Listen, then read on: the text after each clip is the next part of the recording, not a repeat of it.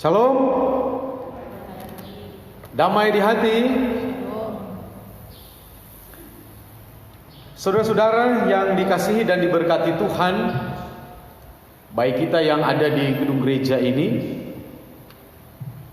maupun kita yang ada di rumah dalam persekutuan ibadah hari Minggu, kita bersyukur bahwa kita tetap merasakan pemeliharaan Tuhan, sehingga di dalamnya kita boleh menjalani hidup dan boleh mengerjakan berbagai bentuk tanggung jawab yang Tuhan percayakan kepada kita. Apapun bentuk pekerjaan yang boleh kita tunaikan sepanjang minggu yang sudah berjalan, bersyukur Tuhan menuntun dan menyertai kita. Dan selalu kita berharap, saudara-saudara, kiranya apa yang boleh kita kerjakan itu berkenan di hadapan Tuhan. Sebab hidup dan segala tanggung jawab yang kita boleh tunaikan, kerja yang boleh kita upayakan, bukanlah karena semata-mata untuk memuaskan keinginan kita, hasrat dan kemauan kita, atau mungkin karena hanya mengejar ambisi-ambisi dan keinginan kita semata. Tetapi kerja dan tanggung jawab yang kita tunaikan terutama selalu berhubungan dengan apakah yang kita kerjakan itu berkenan di hadapan Tuhan, dalam kerangka memuliakan Tuhan, menjadi berkat buat orang banyak. Itulah yang kiranya mendasari kehidupan kita yang di dalamnya ada kerja, ada pengabdian, ada pelayanan, dan lain sebagainya. Saudara-saudara, kesadaran seperti ini penting. Sebab di era sekarang yang banyak kali terjadi adalah orang hidup hanya untuk menghidupi dirinya sendiri tanpa mempedulikan keberadaan orang lain. Yang banyak kali terjadi adalah kerja dan tanggung jawab yang ada itu hanya dipahami sebagai tanggung jawab untuk memenuhi kebutuhan, keinginan, memenuhi target semata untuk diri sendiri, tanpa menghiraukan bahwa itu juga adalah panggilan untuk menjadi berkat. Bahkan tidak jarang yang terjadi adalah orang tidak peduli apakah tindakan-tindakan dari semua tanggung jawab yang ia kerjakan itu ia ambil untuk mendatangkan keadilan, berkenan di hadapan Tuhan, atau tidak. Kadang-kadang karena hanya berpikir untuk memenuhi keinginan dan kemauan sendiri, maka tidak peduli apakah itu masih berkenan di hadapan Tuhan atau tidak, apakah masih mendatangkan keadilan dan kesejahteraan buat orang lain atau tidak. Tidak peduli. Yang penting kebutuhan, keinginan, dan hasrat dan ambisiku terpenuhi. Nah, saudara-saudara yang dikasihi dan diberkati Tuhan, bacaan kita hari ini dalam Amsal pasal 8 ayat 14 hingga ayatnya yang ke-21, kita bertemu dengan apa yang disebut dengan hikmat. Hikmat dalam bacaan kita, kalau kita membaca pasal 8 ini, diumpamakan seperti seorang yang berpribadi, yang berseru-seru dan memanggil setiap orang untuk datang kepadanya. Kalau kita baca mulai ayat 1, dikatakan begini, pasal 8 ayat 1. Bukankah hikmat berseru-seru dan kepandaian memperdengarkan suaranya? Dia diibaratkan seperti seorang pribadi yang memanggil dan berseru agar banyak orang datang kepadanya. Itu hikmat. Di dalam dirinya atau di dalam hikmat itu terdapat pertimbangan dan pengertian. Bacaan kita hari ini. Raja dan penguasa dapat mengambil keputusan karena adanya hikmat itu. Bersama hikmat itu, orang dapat memperoleh kekayaan dan kehormatan. Bahkan dari hikmat itu, orang memperoleh segala yang melebihi barang-barang yang berharga seperti emas, emas tua, bahkan melebihi dari perak pilihan. Hikmat itu menjanjikan berkat bagi mereka yang berjalan bersama dia, bersama hikmat, di jalan kebenaran dan keadilan. Ini yang ditawarkan oleh hikmat itu. Orang yang tinggal di dalam hikmat itu, baik raja maupun penguasa, dia akan mempunyai pengertian dan pertimbangan yang baik. Orang yang berjalan dengan hikmat itu akan berjalan pada keadilan dan kebenaran. Orang yang hidup dalam hikmat itu, dia akan memperoleh kebahagiaan dan kesejahteraan, kebahagiaan yang melebihi emas tua, bahkan perak pilihan.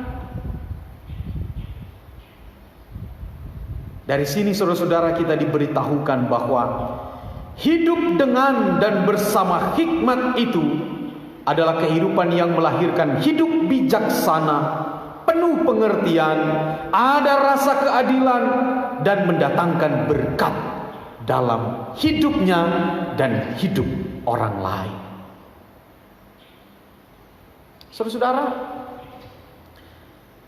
itulah yang kiranya mewarnai hidup kita sebagai orang percaya, yang di dalamnya kita bekerja, kita melayani, kita mengabdi. Apapun bentuk tanggung jawab kita, kiranya kita hidup dalam dan dengan hikmat itu. Nah, saudara-saudara yang dikasihi dan diberkati Tuhan, ada kenyataan yang memprihatinkan yang sementara ada dalam kehidupan kita dan di sekitar kita. Dan ini tantangan kita. Kenyataan dalam mana individualisme semakin dominan. Orang lebih mementingkan diri sendiri. Ada kenyataan dalam mana ketidakadilan menjadi pemandangan yang biasa. Ada kenyataan yang bisa kita saksikan bagaimana tanggung jawab dan kerja hanya dipandang sebagai upaya pemenuhan hasrat dan keinginan semata. Ada kenyataan yang bisa kita jumpai di mana ketimpangan dan ketidakbenaran menjadi hal yang lazim. Dan kita bisa mendaftarkan kenyataan-kenyataan yang memprihatinkan itu di tengah-tengah dunia kita. Sehingga sebagai orang percaya, saya dan saudara-saudara diingatkan untuk hidup dengan dan dalam hikmat itu. Sekarang pertanyaannya, apa itu hikmat? Hikmat bukan hanya dalam pengertian orang berpengetahuan dan berpendidikan. Hikmat bukan hanya soal dia punya pendidikan tinggi, menguasai ilmu pengetahuan semata. Hikmat yang dimaksudkan firman Tuhan dalam Alkitab adalah sangat berhubungan dengan hidup orang percaya yang mengasihi dan dikasihi Allah. Dengan kata lain, saudara, hidup dengan hikmat adalah hidup dengan Allah, sebab dialah sumber hikmat itu, dan dialah hikmat itu yang sesungguhnya. Dalam ayat 17 bacaan kita dikatakan, aku mengasihi orang yang mengasihi aku, dan orang yang tekun mencari aku akan mendapatkan daku. Hikmat itu sangat berhubungan dengan kehidupan orang percaya yang mengasihi Tuhan dan hidup dengan Tuhan. Sehingga orang yang berhikmat adalah orang yang mengasihi Allah. Kalau kita baca Amsal pasal 1 ayat 7, bagian A berkata, takut akan Tuhan adalah permulaan pengetahuan. Jadi orang yang berhikmat adalah orang yang mengasihi Allah dan takut akan Allah. Itulah orang yang berhikmat. Sehingga ada ungkapan, orang yang pintar belum tentu berhikmat. Tetapi orang yang berhikmat tentulah ia pintar. Ada banyak orang pintar, tetapi hidupnya mungkin tidak menjadi berkat. Ada banyak orang pintar, tetapi hidupnya menindas orang lain. Ada banyak orang pintar menebarkan teror dalam kehidupan banyak orang. Orang pintar. Tetapi orang berhikmat, tentu dia akan hidup menjadi berkat. Orang yang berhikmat, tentu dia akan menjadikan hidupnya berguna, bermanfaat, dan orang lain melihat dia dan memuliakan Tuhan. Dengan demikian, saudara-saudara, hanya orang yang hidup bersama Allah, mengasihi Allah, dan takut akan Allah yang dapat melahirkan hidup yang berkenan kepada Allah. Mereka itu adalah orang-orang yang berhikmat. Mereka akan membenci kejahatan. Mereka akan bekerja penuh tanggung jawab dan berdedikasi tinggi. Mereka itu akan berjalan pada kebenaran karena takut akan Allah dan mengasihi Allah. Mereka itu akan selalu merasa resah ketika tanggung jawabnya mereka abaikan. Bahasa orang-orang yang berhikmat yang mengasihi Allah itu adalah orang dia akan merasa berdosa ketika dia bekerja dia tidak lakukan dengan baik. Dia akan merasa bersalah, dia akan merasa berdosa kalau tanggung jawab yang harus ia lakukan terus ia abaikan. Itu orang yang berhikmat. Itu orang yang mengasihi Allah dan takut akan Allah. Karena takut akan Allah itu adalah permulaan pengetahuan. Dia akan merasa resah ketika tanggung jawabnya ia abaikan. Tapi orang yang tidak merasa resah dan tidak sepertinya tidak terjadi apa-apa kalau pekerjaannya ia abaikan, hati-hati. Ada pertanyaan besar di situ. Kalau dia sudah tidak merasa resah dan gelisah karena pekerjaannya ia tidak tunaikan dengan baik, tanggung jawabnya ia abaikan, dan lain sebagainya. Kalau itu terjadi dalam kehidupan saya dan saudara, maka itu ada sebuah pertanyaan buat kita. Kita masih mengasihi Allah? Kita masih takut akan Allah? Kita hidup dengan hikmat Allah atau tidak? Pertanyaan buat kita. Nah, saudara-saudara yang dikasihi dan diberkati oleh Tuhan Yesus Kristus, dari Alkitab kita dapatkan bahwa buah yang dihasilkan dari hidup bersama hikmat itu, yaitu mengasihi dan takut akan Allah, maka buahnya adalah kehidupan yang diberkati Tuhan. Kehidupan seperti ini jauh melebihi dan melampaui emas. Itu firman Tuhan berkata. Buah dari hidup dengan hikmat melampaui emas, emas tua, perak pilihan, yang semuanya itu bisa habis, bisa berkurang, bisa lenyap, bisa dicuri orang. Tetapi hidup dengan hikmat, yaitu mengasihi dan takut akan Allah, maka buahnya adalah kebahagiaan bersama dengan Tuhan. Ia akan merasa puas dan berbahagia ketika ia mengerjakannya. Pekerjaan-pekerjaan yang harus ia lakukan karena ia mengasihi Tuhan. Saudara-saudara, di sini kita diingatkan bahwa ternyata segala sesuatu yang mau kita tunaikan, tanggung jawab kita, yang juga di dalamnya adalah kerja kita, maka kita melihat bahwa tanggung jawab kerja yang mungkin kita sebut sebagai profesi atau rutinitas tanggung jawab kerja kita bukan hanya sekedar sebagai pelengkap status sosial kita.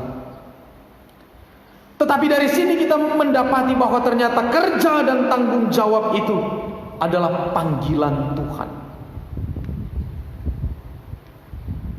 Itu berarti sangat berhubungan dengan pertanggungjawaban kepada Tuhan. Dengan kata lain, bekerja, melayani, berkarya dengan segala tanggung jawab kita, maka selalu diingat bahwa itu adalah dalam hubungan kita dengan Tuhan. Kita bekerja, kita melakukan tanggung jawab kita melayani, kita mengabdi. Ingatlah, itu karena kita sementara melakukan panggilan Tuhan, karena kita mengasihi Tuhan.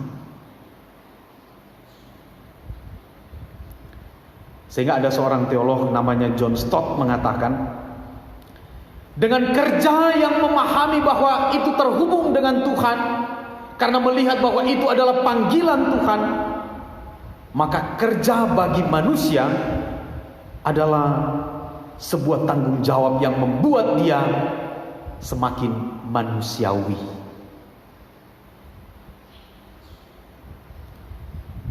Jadi dengan kerja seperti itu, karena terhubung dengan Tuhan, maka dia sementara melaksanakan mandat dari Tuhan. Itulah panggilan Tuhan, dan membuat dia menjadi betul-betul sebagai seorang manusia.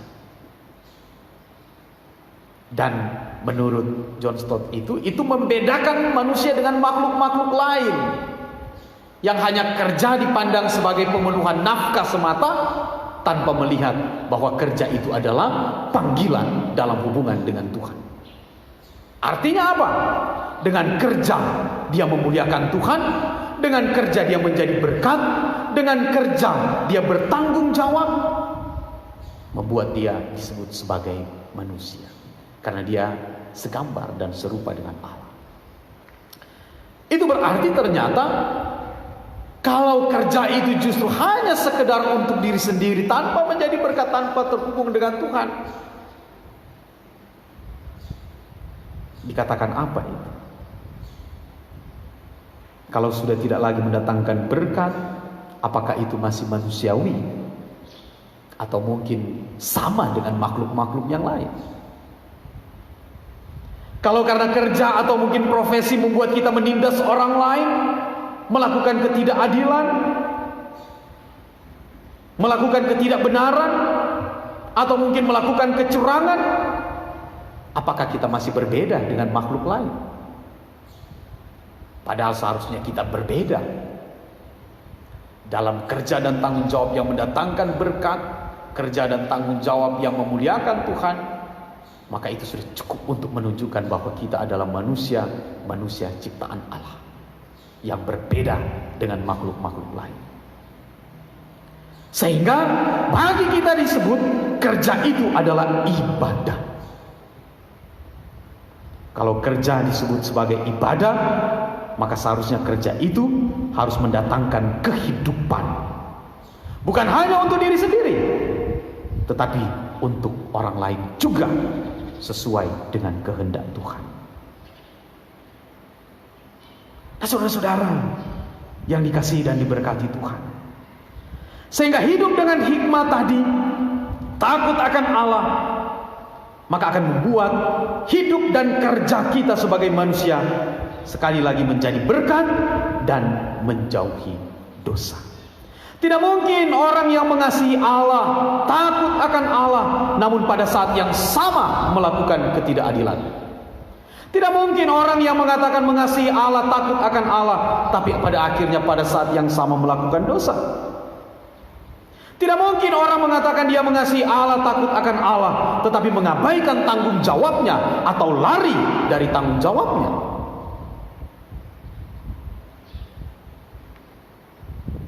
Bagaimana mungkin orang yang takut akan Allah namun abai oleh kerja dan pelayanannya untuk Tuhan? Kalau dia mengatakan, oh saya takut akan Allah, tetapi pada kenyataannya ia abai dalam kerja dan tanggung jawab dalam kesadaran seperti yang dikatakan tadi, maka itu hanyalah sebuah kebohongan dan kemunafikan semata. Sebaliknya saudara-saudara, orang yang hidup oleh hikmat, yaitu mengasihi Allah dan takut akan Allah, adalah orang yang berlaku benar, berkenan di hadapan Tuhan, bertanggung jawab atas kepercayaan diberikan, menjadi berkat. Dia bekerja dan berkarya untuk memuliakan Tuhan. Dia tidak hidup untuk kepentingan sendiri.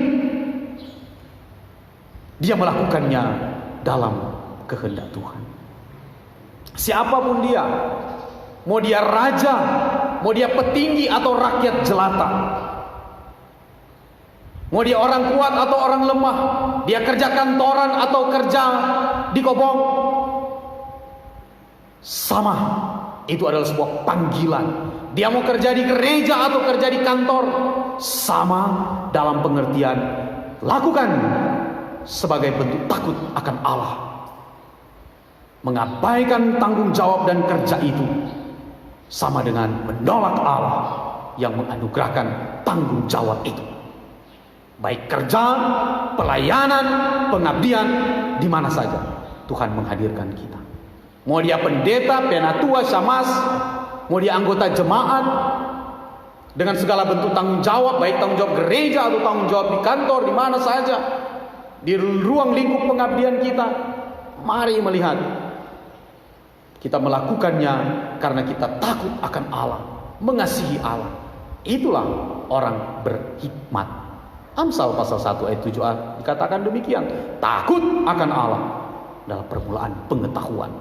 Jadi permulaan hikmat adalah takut akan Allah. Hidup yang mengasihi Allah.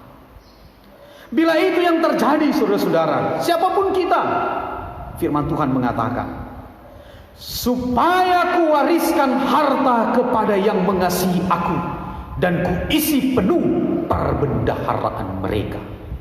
Jadi saudara tidak mau sia-sia kalau kita melakukannya dengan penuh tanggung jawab, dalam kesadaran tanggung jawab itu bersama dengan Tuhan. Kerja itu pemberian Tuhan, pelayanan itu pemberian Tuhan. Saya mau melakukannya bertanggung jawab kepada Tuhan. Maka firman Tuhan mengatakan, supaya kuwariskan harta kepada yang mengasihi aku, dan kuisi penuh perbendaharaan mereka. Siapa yang tidak ingin seperti itu? Saya percaya saudara-saudara suka seperti itu. Saya juga demikian. Supaya kuwariskan harta kepada yang mengasihi aku, dan kuisi penuh perbendaharaan mereka. Nah, itu akan didapatkan kalau itu dilakukan karena takut akan Allah. Itulah hikmat. Sebab ada kekayaan yang mungkin berasal dari yang lain. Orang merasa bahwa ada banyak hal yang ia peroleh. Tunggu dulu. Apakah ia dapatkan dengan cara yang berkenan di hadapan Allah atau tidak? Atau jangan-jangan dia melakukan ketidakadilan, penindasan, dan lain sebagainya. Itu tidak pas untuk disebut sebagai kekayaan atau berkat Allah. Tetapi berkat Allah adalah ketika ia melakukan semua tanggung jawabnya itu dalam tanggung jawab yang dikehendaki Tuhan. Melakukannya dalam kehendak dan keinginan Tuhan. Maka berkat-berkat seperti itu yang akan ia peroleh, yang melampaui emas tua dan perak pilihan. Itulah bahagia yang sesungguhnya sebagai orang percaya. Kiranya Tuhan mampukan kita dengan hikmat-Nya sehingga kita semakin berkenan di hadapan Tuhan. Tema kita minggu ini, hikmat Tuhan membentuk profesionalisme kerja. Tapi lebih daripada itu, segala sesuatu yang mau kita lakukan dengan hikmat Tuhan akan mendatangkan berkat di tengah kehidupan kita. Amin.